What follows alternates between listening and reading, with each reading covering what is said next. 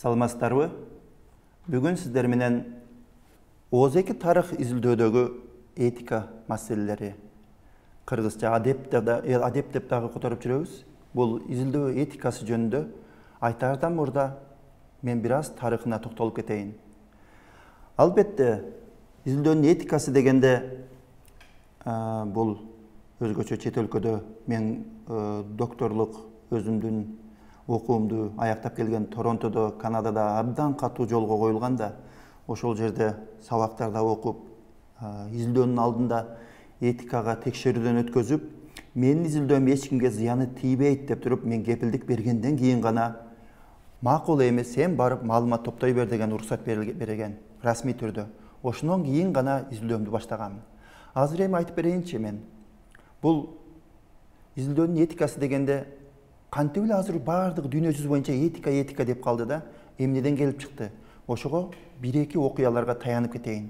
Себеби бул этикага, изилдөөнүн этикасына алып келген өтө одоно түрдө изилдөөлөр, эксперименттер, адамдын турмушуна зыян алып келген изилдөөлөр болгон.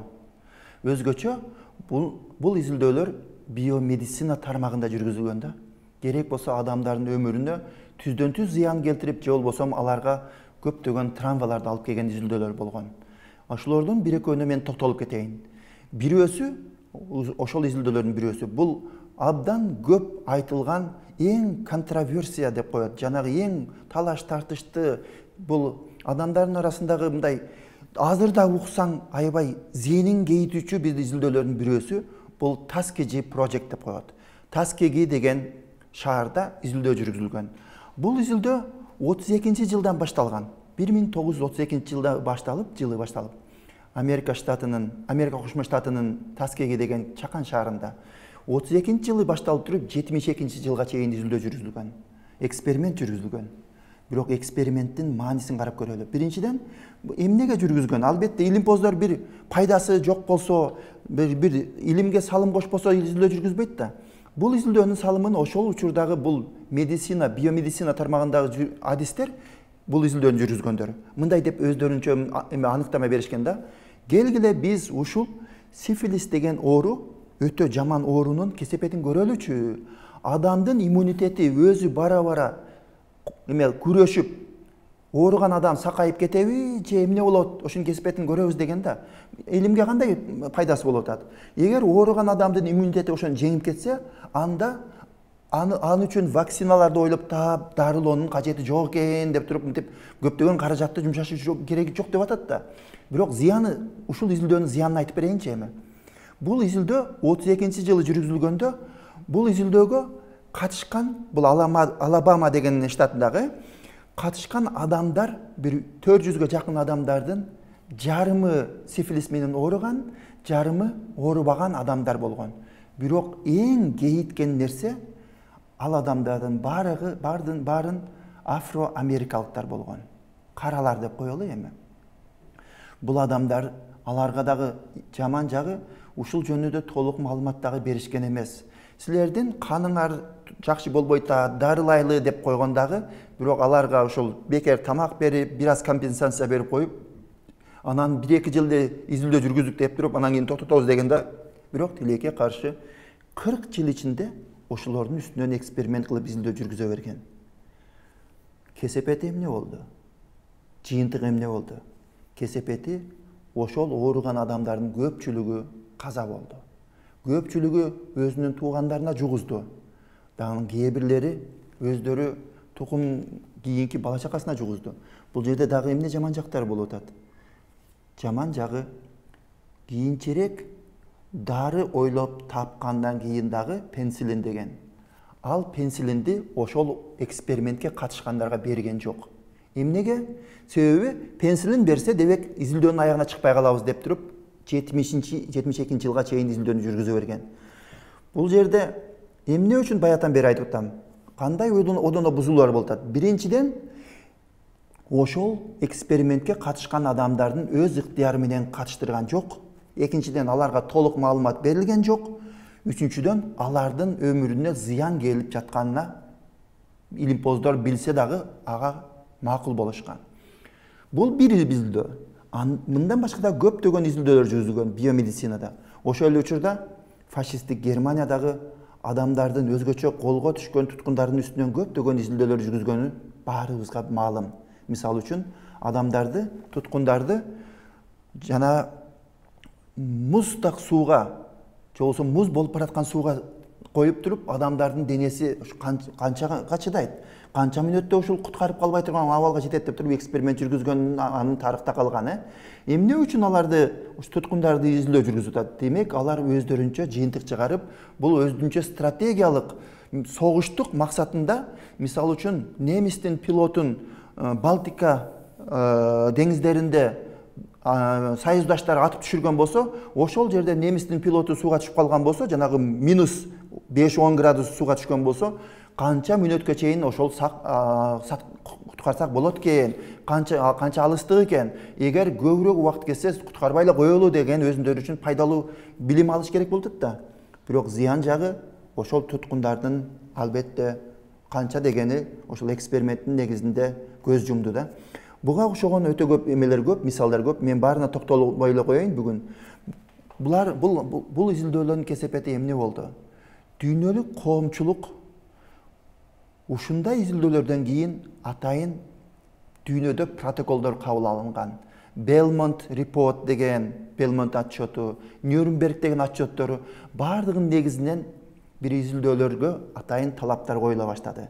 Эң негизги талаптардын бирөөсү бул кандай изилдөө болбосун эч кимди мажбурлай албайт. Ар бир адам өзүнүн ыктыяры менен гана изилдөөгө катышат деген. Мисалы үчүн мен азыр мектептин директору болсом, мугалимдерди баргыла изилдөөгө катышкыла дегенге менин акым жок. Ректор болсом, бардыгыңар экспериментке катышкыла дегенге акым жок. Кандай адам өзү ошол изилдөө менен таанышып, өз ыктыяры менен катышат. Бул биринчи пункт, эч ким муну бузбашы керек. Экинчи пункт, ошол эле учурда мен бирөө изилдөөгө катыш десе, ошол изилдөө жөнүндө толук маалыматым болуш керек.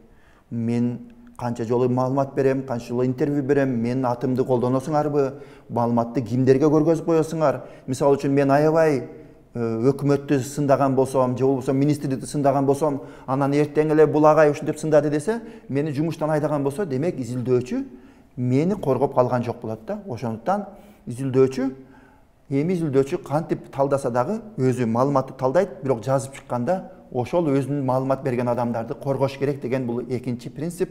Бул принципте ар бир жаран изилдөө жөнүндө толук маалыматы болуш керек. Анан албетте купуялуулук, анонимдүүлүк, конфиденттүүлүк, булар конфиденциальность, булар албетте маанилүү нерселер. Мисалы үчүн кээде ушундай жагдай болуп калат экен мурдагы союз өлкөлөрүндө. Ким жанагы изилдөөгө заказ кылып акча берген болсо, демек ошол маалымат берген адамдардын мага данныйларын бер, аттарын бер, өздүктөрүн бер, кимдиктерин бер дейт. Бул ким ушул маалымат берди? Бирок изилдөөчү катары ким сиздин изилдөөңүздү каржылаган болсо дагы ага айтышыңыз керек. Макул, сиз изилдөөгө каржылап бердиңиз. Бирок ал маалымат бергендердин аттарын сизге айта албаймын. Себеби алар маалыматты мага берди. Мен ошолордун маалымат бергендердин аттарын айтсам, сиз кандай максатта колдоносуз? Буну билбейм. Ошондуктан бул дүйнөлүк процедура боюнча алардын аттарын берүүгө менин акым жок деп туруп, ушундай кылып айтса болот. Бул жерде ушул илимий изилдөөнүн негизги кодекстери кабыл алынганда, илимий изилдөө эксперименттер жүргүзсөңүздөр, изилдөө жүргүзсөңүздөр, эч кандай адамдын өмүрүнө коркунуч туудура турган, зыян келтире турган, же болбосо аларды ашкере кыла турган, аларды уялта турган жагдай түзбөш керек деп туруп эме кылган. Кызык жери мисалы үчүн, бир vulnerable population деген группа бар. Vulnerable бул аялуу катарлар. Аялуу дегенде жанагы өзү чечим чыгара албаган катмарлар бар да турмушта. Мисалы үчүн жаш балдар, 5-6 жашар балдар, 10 жаш балдар, кыздар, же болбосо эме жанагы ар кандай оору менен ооругандар, же психикалык оору менен ооругандар өздөрү чечим чыгара албашы мүмкүн да. Ошол изилдөөнүн зыяны кандай тиет, кесепети кандай тиет? Ошол учурда алардын жанындагы туугандары, же опекун деп коебузбу, ошол адамдар карап туруп, менин балдарыма зыян тийбейт экен деп туруп, ошолордон уруксат алыш керек, кепилдик. Мисалы үчүн бизде бир буга байланыштуу мындай нерсе бар да, мектепте дагы азыркы биз колго ала турган нерсе, мектептерде биздин балдарыбыздан, кичинекей балдарыбыздан же болбосо ата-энеден уруксат сурабай эле балдарыбызга изилдөөгө катыштырып, же болбосо аларды ар кандай эксперименттерге катыштыра беришет да. Ошону дагы бара-бара эмнеге жетишибиз керек? Мисалы үчүн мен бир жакында бир өтө көйгөйлүү нерсени угуп калдым да. Менин тааныштарымдын балдары ысык көлгө эс алганы бар, окуучуларчы. Ошол жерде баягы баланын кичине табы айныган экен, анын баланын ата-энесине айтпастан эле ага антибиотик беришиптир да. Бул такыр болбойт. Уруксат такыр болбошу керек. Биз ушуну медицина тармагына дагы алып келишибиз керек. Кандай өмүрүн антибиотиктин кандай зыяны болушу мүмкүн балага? Ошону ата-энесине айтып, ушундай болду. Сиздин уруксатыңыз менен ушуну колдонушубузсок, уруксат бересизби же бербейсизби деп туруп, бизде андай жок да. Бизде ушул купуялуулук бир жагынан, экинчи жагынан ата-эненин уруксаты деген да жок. Бул изилдөөдө дагы мен эмне үчүн айтып атам? Кээде балдар өздөрү чечим чыгара албай калса, демек аларга мындай канча жашты, 16 жаш дейбизби, 18 жаш дейбизби, ошого чейинки изилдөөгө катышуучу балдар болсо, алардын ата-энесинен уруксат ала турган кылып туруп, ошону бара-бара жетишибиз керек. Анан бул бара-бара ошол атайын протоколдор, кодекстер кабыл алынгандан кийин ар бир окуу жай өзүнчө этика комитетин иштеп чыгат. Менимче биз дагы ушул жол менен барышыбыз керек. Мисалы үчүн, бизден Кыргызстанга келген чет өлкөлүк ар бир илимпоз өзүнүн университетинин этика боюнча процедураларынан уруксат алып, анан келип маалымат топтоп атышат. Бирок бизге келгенде алар бизде Кыргызстанда мындай эч кандай этикалык изилдөөнүн этикасы деген протокол жок болгонуна байланыштуу, алар кандай маалымат топтоп, маалыматын алып кете бериши мүмкүн да. Ошон үчүн биздеги адистер дагы чогуу отуруп туруп, мындай келишим түзүп туруп, мындай адистер жанагы ар кандай ушул этиканын негизинде барып алып, полицейский болуп алып, мен уруксат бере турган, бербей турган болом, ошол жерден тыйын кылам дегендер эмес. Адистер кайсыл эксперименттин, кайсыл изилдөөнүн кандай зыяны тийиши мүмкүн, ошону кантип биз алдын алабыз деп туруп, өзүнчө мындай жол жобосун иштеп туруп, керек болсо ар бир магистратура, докторантура же болбосо жөнөкөй эле профессордун изилдөөсү бара-бара эгер ушу этика комитетинин текшерүүсүнөн өтпөгөн болсо, ага уруксат берилбей турган кылып ушундай барсак, ушул дүйнөлүк протоколго дагы биз жакындаган болобуз. Ошондо дагы биздин адамдарыбыз эмеде кээде биздин айылда жүргөн адамдарыбыз, мисалы үчүн Москвадан келдим, Вашингтондон келдим, Нью-Йорктон келдим, Бишкектен келдим деген илимпозго биздин адамдарыбыз аябай мындай ишенчек биз дейбизби, адамдарыбыз илимпозмун десе,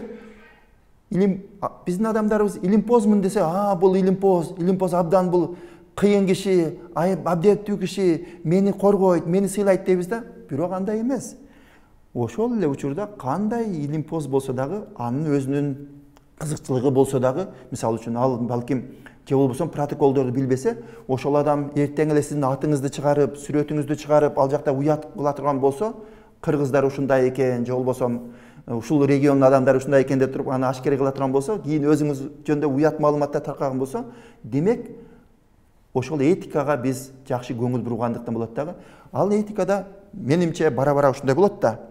Илимпоз мисалы үчүн Москвадан келеби же болбосо Бишкектенби же Нью-Йорктонбу, илимпоз келип туруп эки барак кепилдик кагазын берсе, мындай эч кандай зыян келтирбейм деп туруп, ошону мен кол коюп, бир копиясын илимпоз алып кетет, бир копиясы менде калат да. Ал жерде даректери менен бардыгы, эгер мындай арыздана турган болсо, кимге арызданам?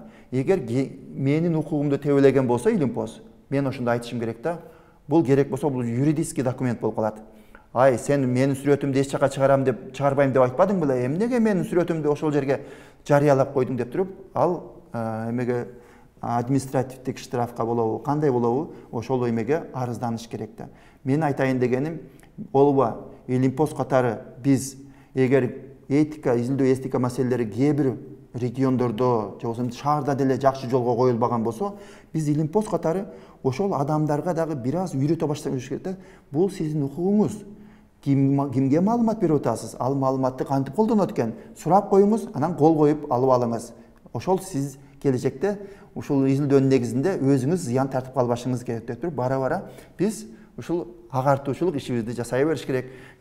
Себеби биздин Кыргызстандагы жүргүзүлүп жаткан илимий изилдөөлөр эң жогорку сапатта болуш керек. Бирок ошол эле учурда эч кандай адамга эч кандай зыяны тийбеш керек. Пайдасы тийсе жакшы, бирок зыяны тийбеш керек. Ошол илимден келечекте илимий изилдөөлөр кыргыздардын турмушундагы алдыга жүргүзүүгө салым кошсун, бирок эч зыяны тийбесин. Саламатта болуңуздар.